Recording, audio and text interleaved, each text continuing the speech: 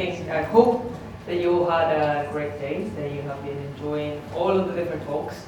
This one fits quite well to be ending, as we had really good talks from Ricardo about AI as code assistants. We had Marina talking about data governance and the importance of data, which is super relevant all in terms of AI and all those foundations that we need. So obviously, I'm here to talk about something that is quite well known.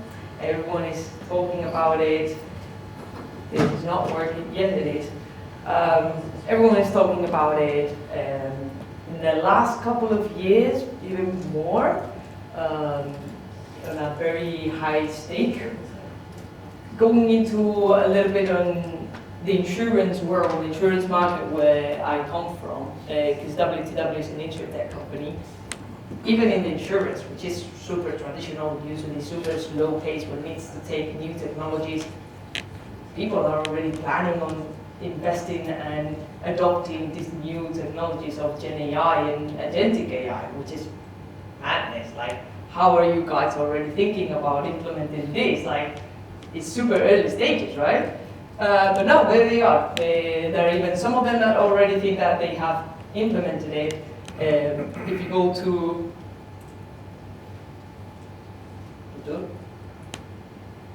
why is it taking so long? Oh, come on!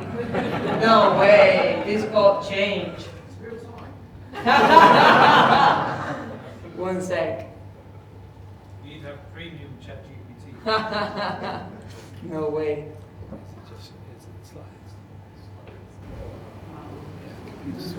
These can be very slow now. Give me fix it 1 second.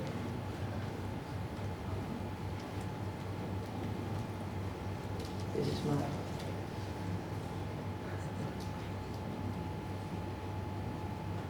Off you go.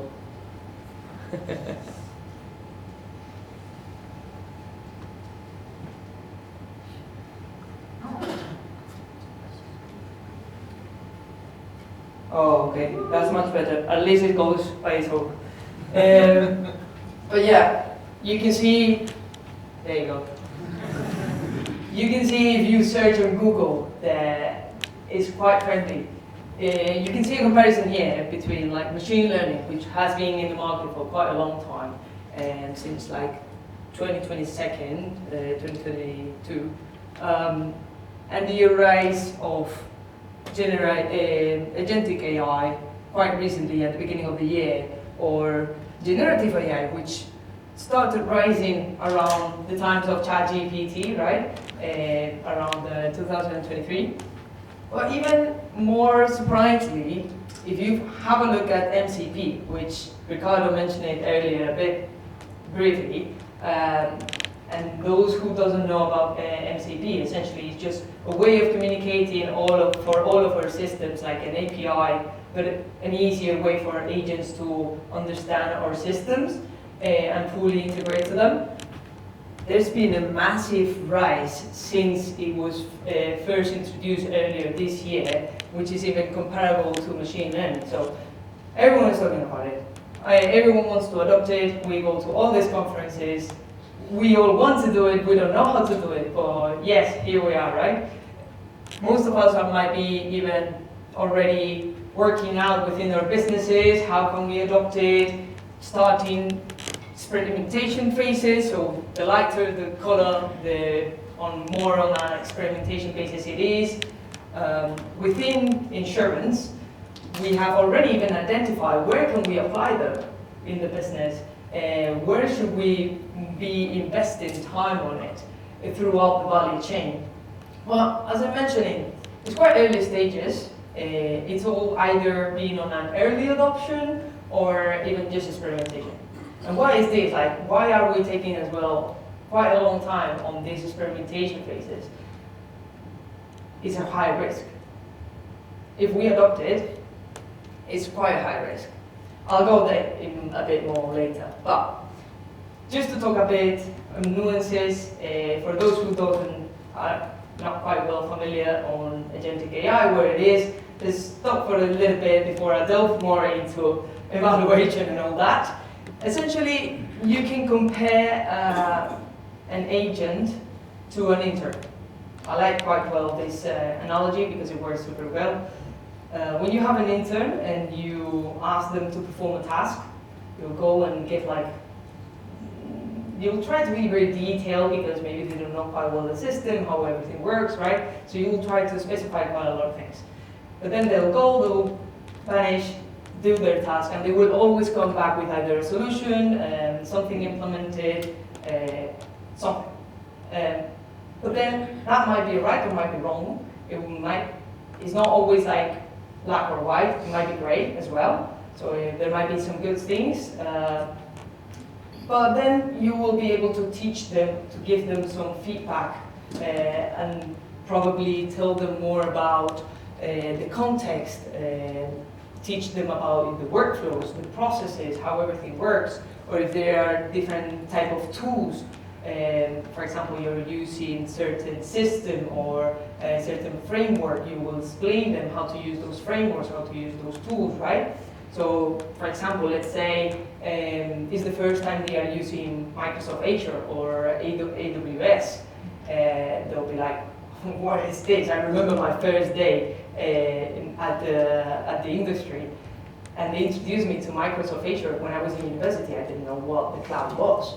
So I came in and they were like, yeah, you can use this and resources and blah, blah, blah. And I was like, oh, wow, like too much cognitive overload, you know? But you get there. So it's essentially the same way with agents.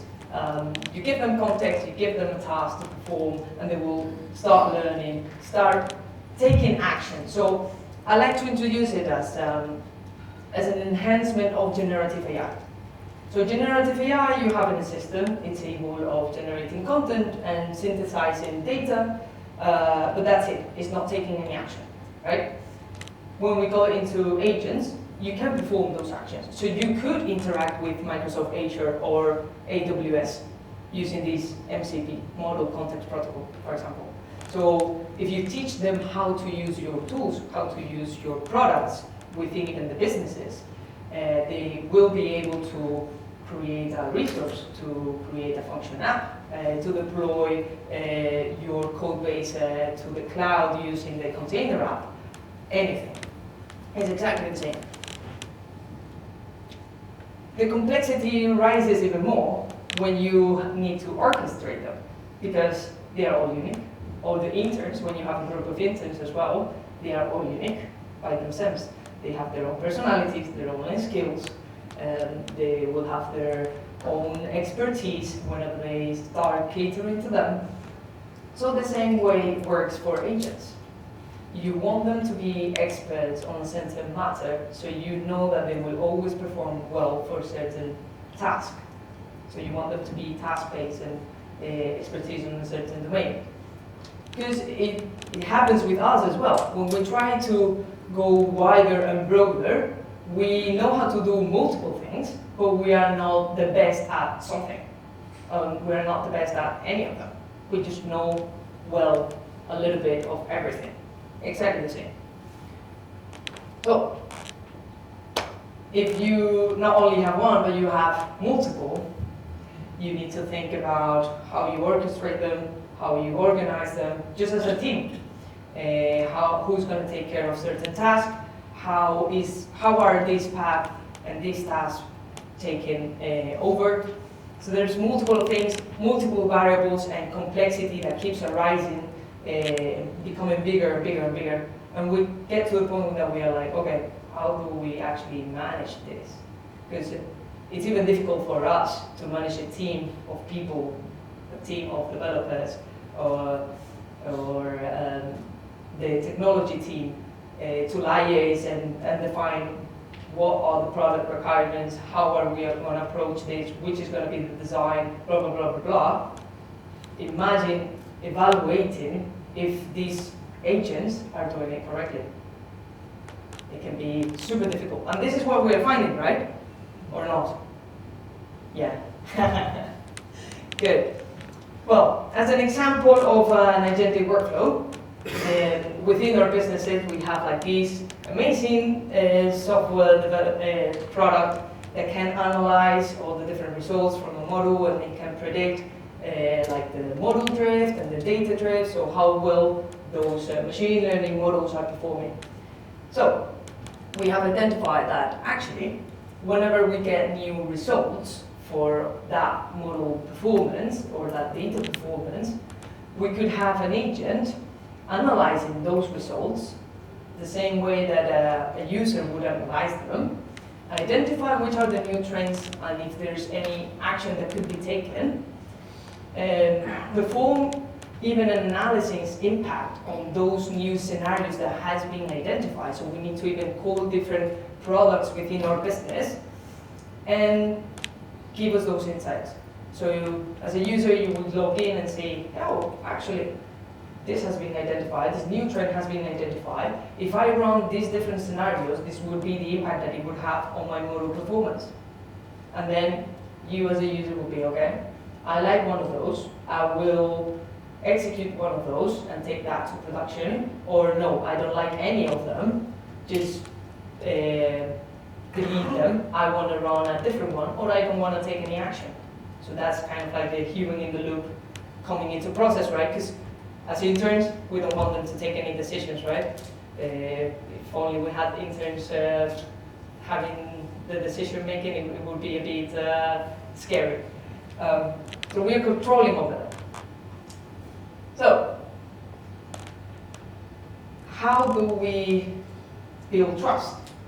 As I was mentioning, because this can be really complex. We're dealing with a team, we're dealing with multiple paths, and we have seen that the trust that we have as users on how businesses are using AI is quite low. It's not big. And even more interestingly, the lowest ones are actually developed countries. And the highest one, so the ones that trust more on how businesses are using AI, are developing countries, which is quite impressive. It's quite interesting to see that. So why are we not trusting AI? Like, does anyone have any, no?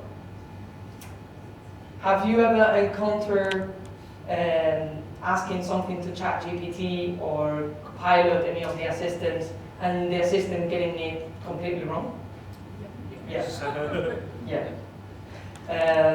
And trying to give as much context as possible and still getting it wrong? Yeah. That's it. I mean, I feel it as well. We all feel it. It's not, even I'm meant to be like promoting it or, no, let's be realistic. If it doesn't work, it doesn't work. It doesn't. But why? But we need to advance on those evaluations, right? So, the same way us as users, we're not feeling confident on the AI tools that we have at our hands. And because of that, obviously, we are not going to rely on businesses using it because if we are already having a bad user experience. It happens for the businesses as well. So businesses are getting to a point where, yeah, we have identified that it's really good, it has a really high impact, but it's a high risk because we cannot control it, we cannot evaluate it. And if we don't have at least some control over it, it can be very difficult to liaise with it. How many times have we also heard about the case of the, there were two cases actually that were super famous. At the beginning of ChatGPT, a lawyer was using ChatGPT and then got it wrong. Like it asked for a couple of case, how was it?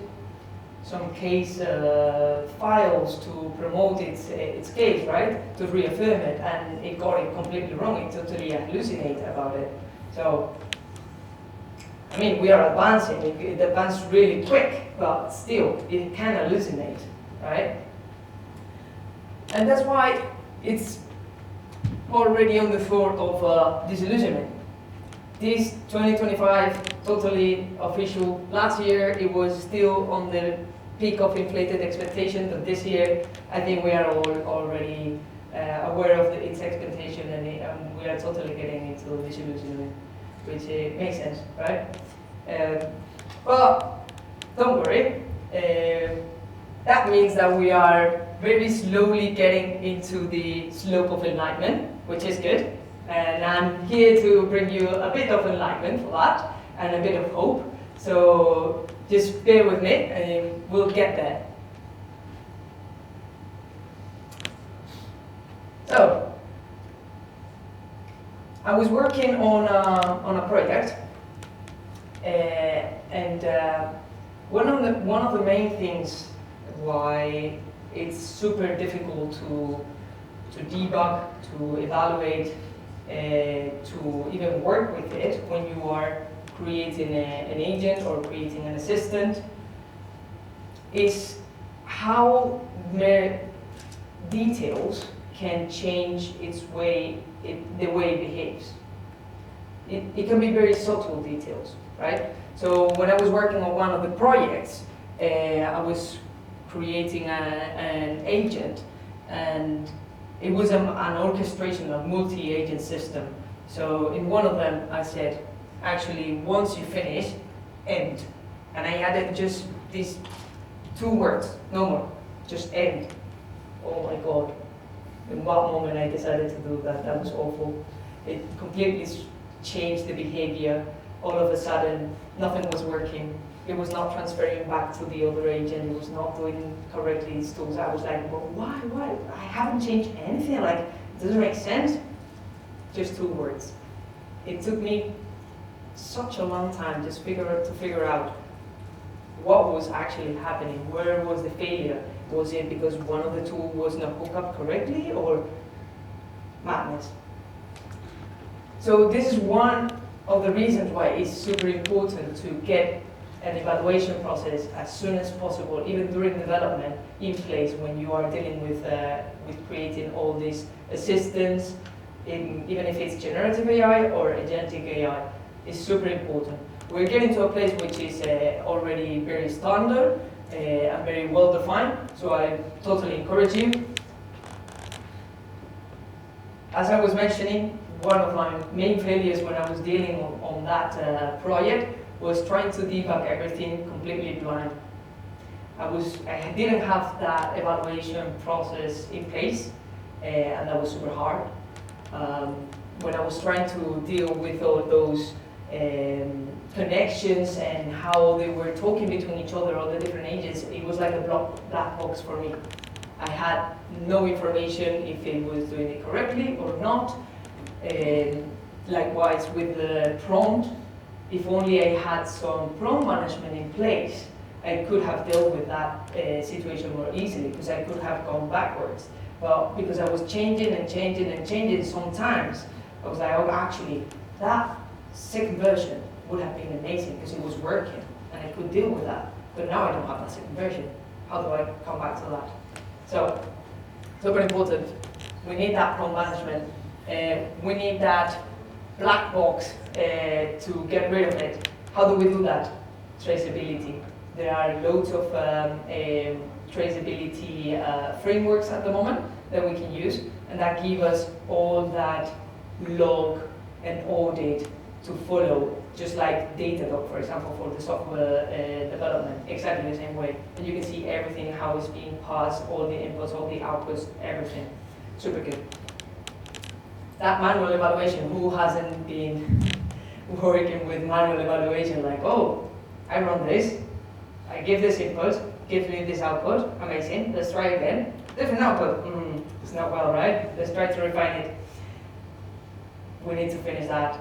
Rather than doing that, have a proper data set, let's set up some proper evaluation so you don't need to do it manually every time.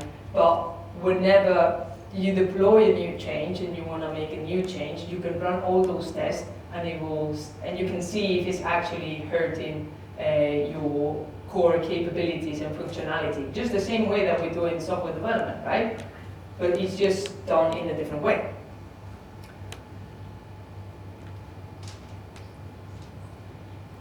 Same goes with missing data. That's something that is super important.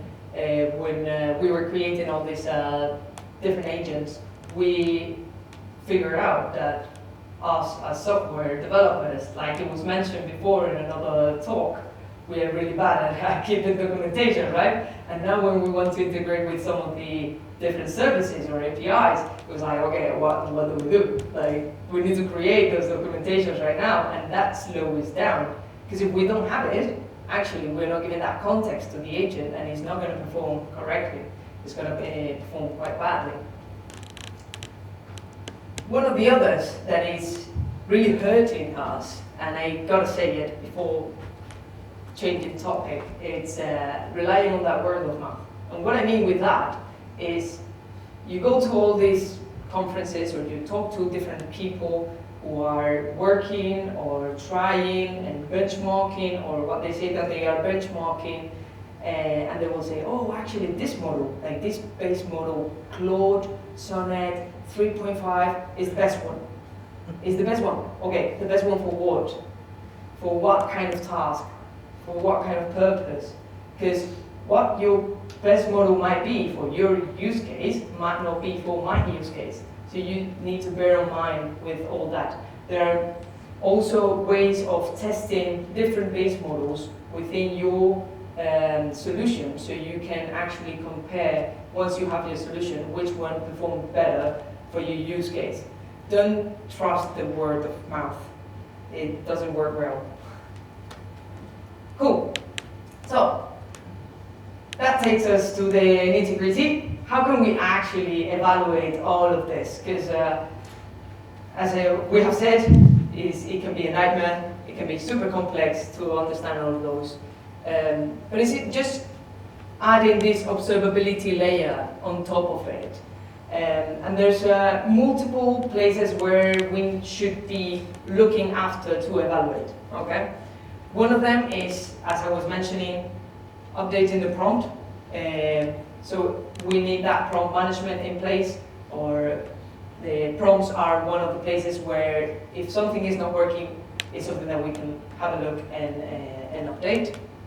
Another one, it could be updating the tools, so all those functionalities that might be generating content, or it might be a function like pure code, or any of the others, integration with databases, RAGs. We might need to update the tool given that evaluation that we have done, right? Some of the others might be just directly updating the LLM. So it can be updating this base model that we were talking about, or many of the others. Or it can be updating the path. So maybe we are wrong with the actual path that we have implemented, and that's how the flow should be working, or how the tools are set up, right? So there are many different places where we need to tackle and we need to take into account.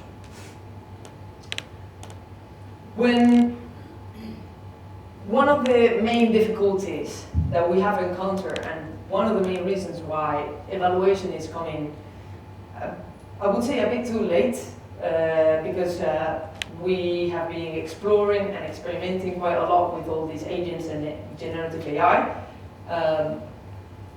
It's because it's not tested and it's not evaluated the same way as traditional software, right? So if we compare software testing and agentic evaluation with a train and a BCCT, where the train is quite deterministic, you know where is it starting, where is it finishing, you know its perfect path, so you know exactly where is it going to go, the rails are there, so you know all those pinpoints from everything that could happen, right? So you can set up all your scenarios quite well, very well defined. However, if you have a busy city, have you ever been to Italy? I see some faces. They are laughing. Nice. Yeah, I have Italian family, so I've been quite a lot of times in Italy, and it's just a mess. I'm sorry, guys, but it's just a mess. Every time you need to cross the street, pedestrians they don't exist over there. The cars are just running everywhere. If the traffic light isn't red, it doesn't matter. So it's super. That's you?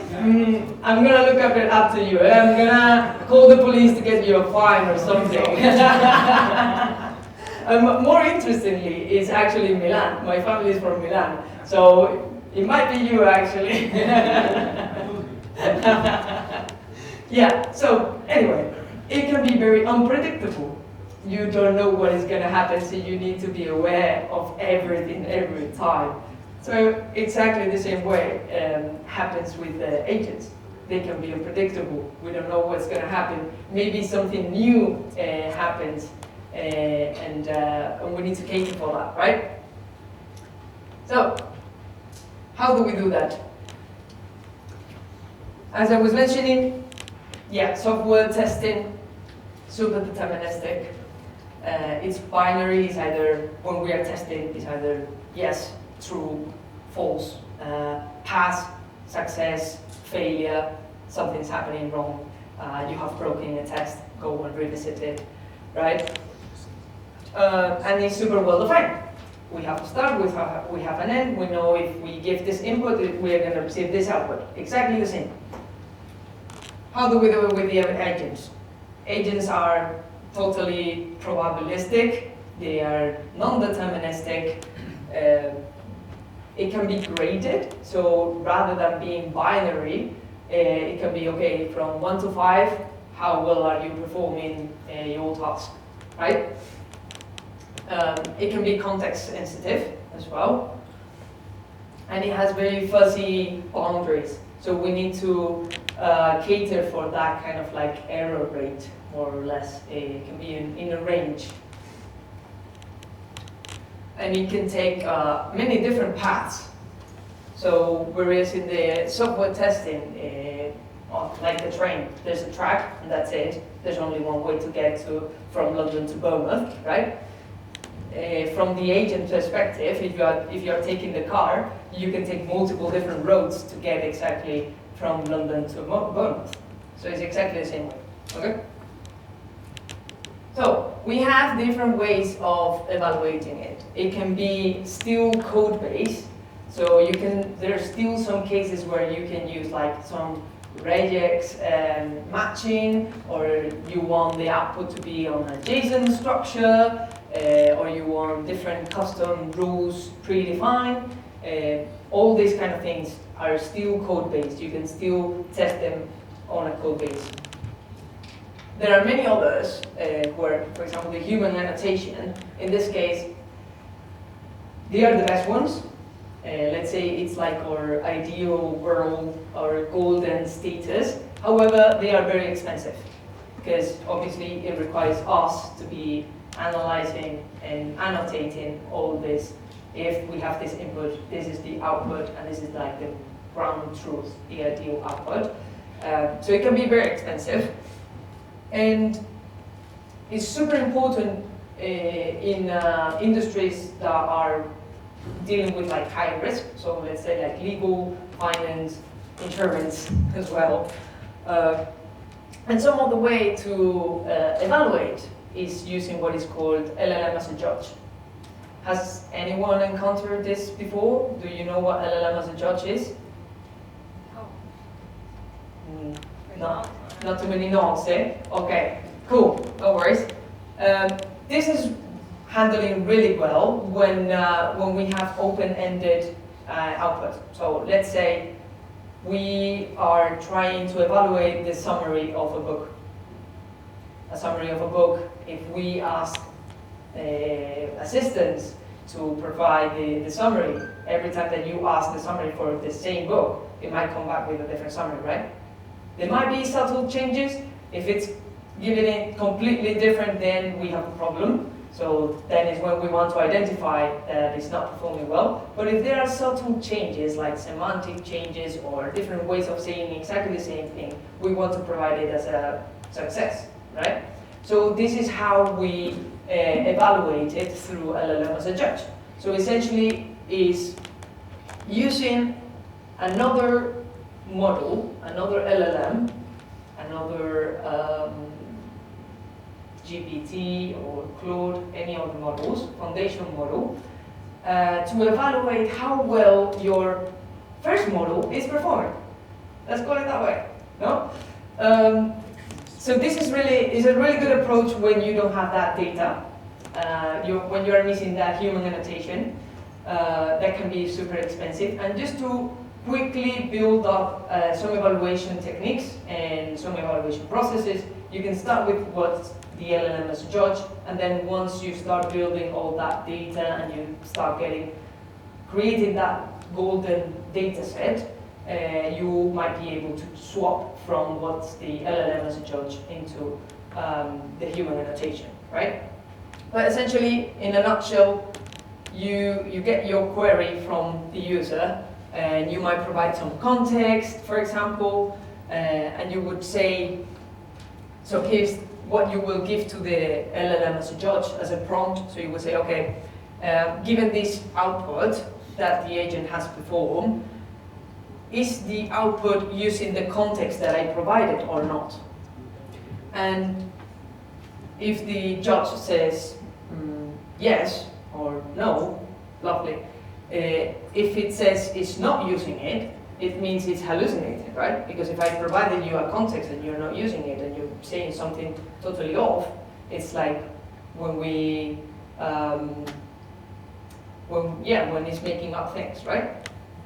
So it's a way of evaluating. You can do it for multiple other types of evaluations, such as like toxicity, or to identify if the data is biased or if it's using harmful content on their outputs.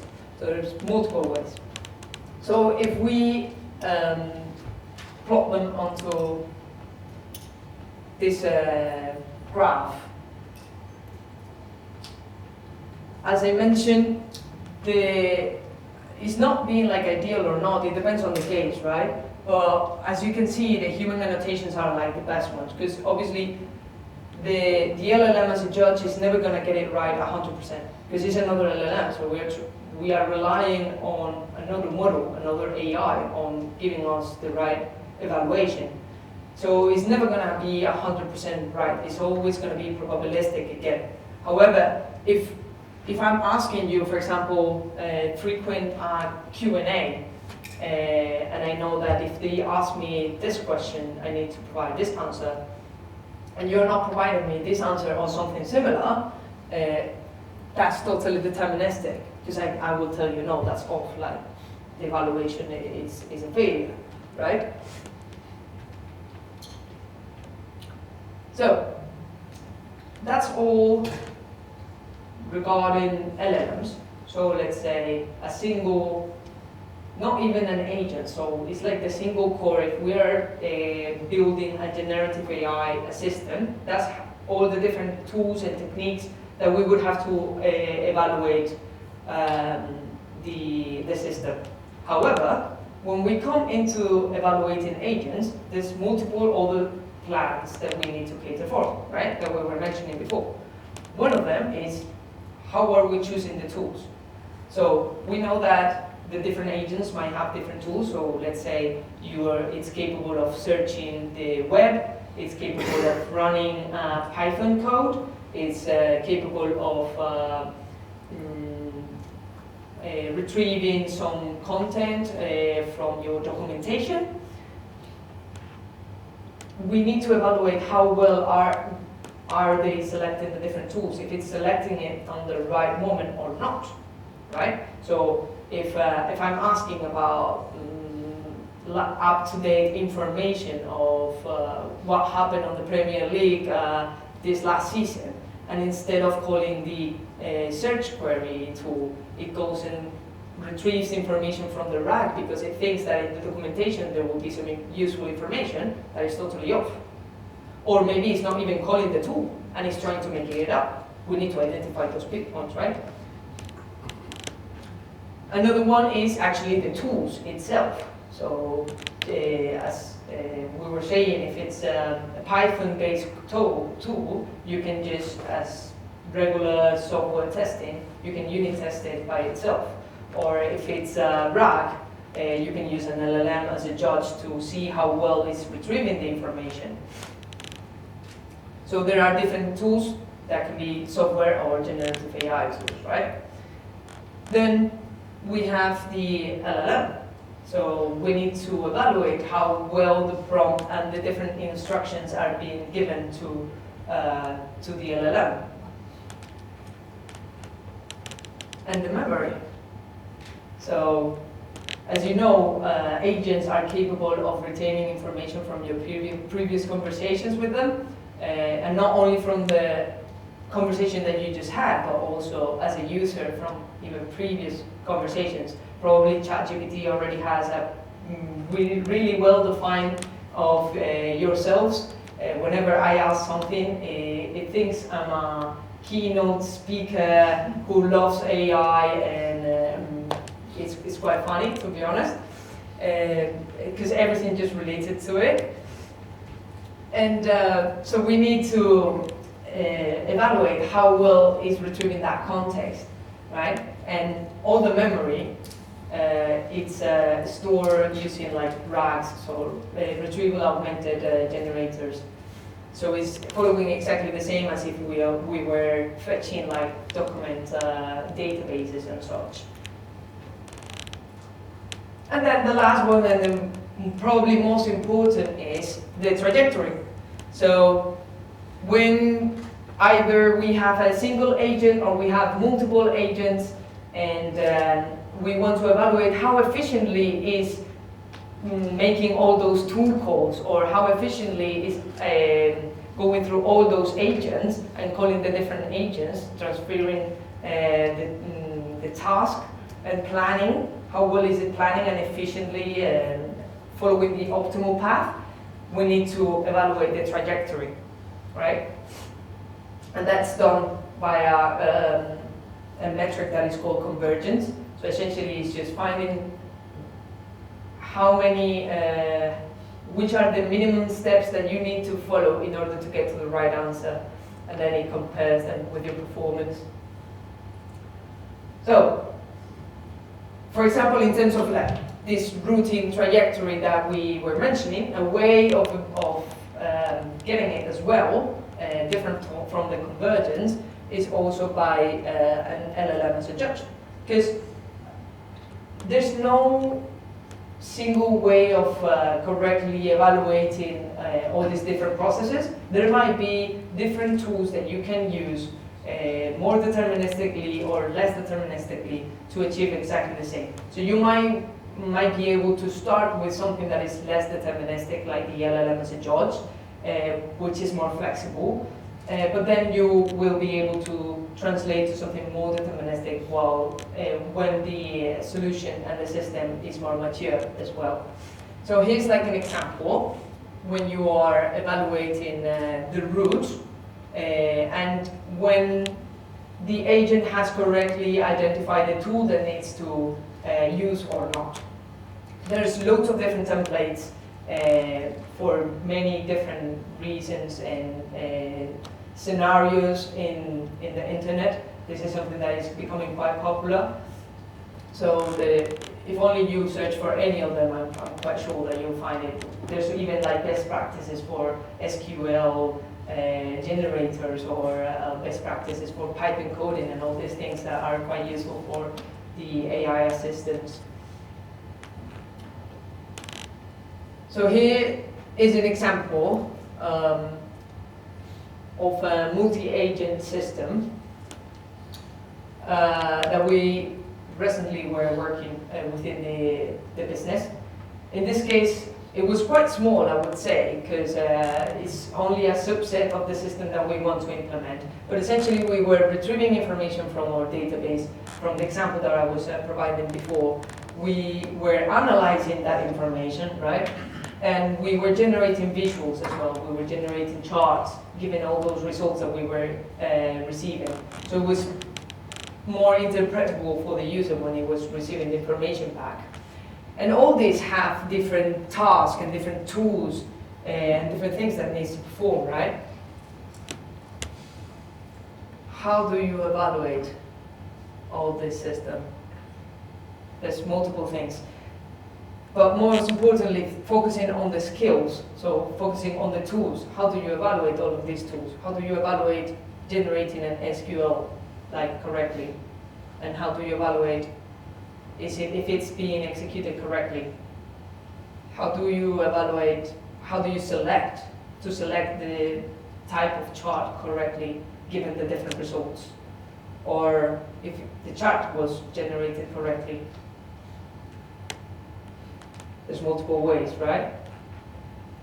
The ones that we chose for, in this case, well, yeah, there's different ways, as I was mentioning. So in this case, for the database, we went for the code-based evaluation, but you can also do it as an LLM as a judge to correctly identify if it was done correctly or not. For the data analysis, there's multiple LLM as a judge options.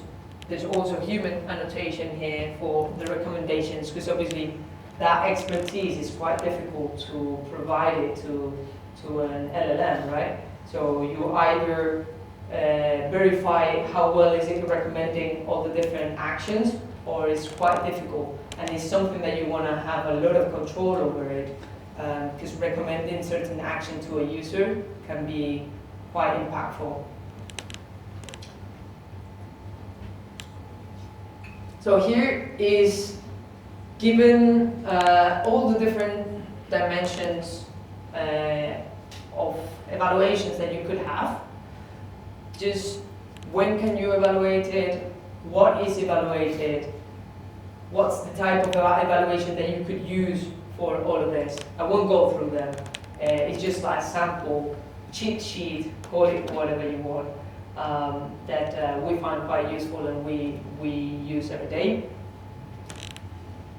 It's still quite difficult when you get all the information to actually correctly choose the right tool and the right way to evaluate all these processes. It's very early stages, not too many people are talking about it. So it's a really good cheat sheet to have. Which take us to the real point, like, okay, this is good, we have evaluated. And if we are on a development stage and we are evaluating, that's amazing, that's the best point to do it. Otherwise, how are you going to get to the production? They're probably not going to allow you to go to production with something that you haven't tested quite well further than manual testing. But when you get to the production and you productionize your solution, the good bit is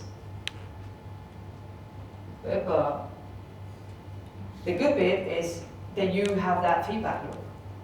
So now everything that we've been talking about, okay, early stages, LLM as a judge, quick and easy. Now that you're in production, you can actually take data from production into your data sets within your development and use it as your ground truth, as your reality, the source of truth, right? And this is really good, because when it gets to a point that you have a really well representation of the different scenarios that are quite important for you, you can get rid of that LLM as a judge and just keep that human annotation, because your product is mature enough to be just solved with it. But this only happens when you get either to the production stage, or you have a really well and friendly stakeholders and users who are willing to give you feedback in very early stages, which sometimes is always difficult to get. Other things to take into account when you are getting to production. We are on this stage at the moment within the business. We have experimented a lot. We identified the solution that we wanted. We want to take it to production. And it's like, okay, what do we really need to get to production? First of all, upscaling. We have seen that most of the developers are still lacking on that information on AI, on agents, on how everything works, on prompt engineering, super important.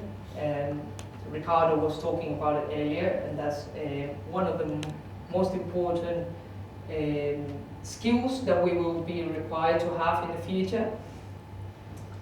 The data collection, we have pinpoint on that. Collaboration with the experts, as I was mentioning, if you have that collaboration with the end users or with experts who understand the end users, us as developer will be able to create and generate all those prompts and specifications and give the agents the right tools for it. These new evaluation techniques, obviously, the orchestration and deployment that you need to have a look, because there are so many different ways right now on how you can do this. Depending on the cloud provider, it will be totally different. In our case, it's Microsoft Azure. They just don't know how to do things straightforward, to be honest. You need to set up loads of different resources, and then everything needs to be connected. And nightmare, to be honest, nightmare. But you need to learn about those as well. These are all new skills, new technologies that we need to look up. So there's plenty of room for everyone, all of the different roles and fields to learn something new.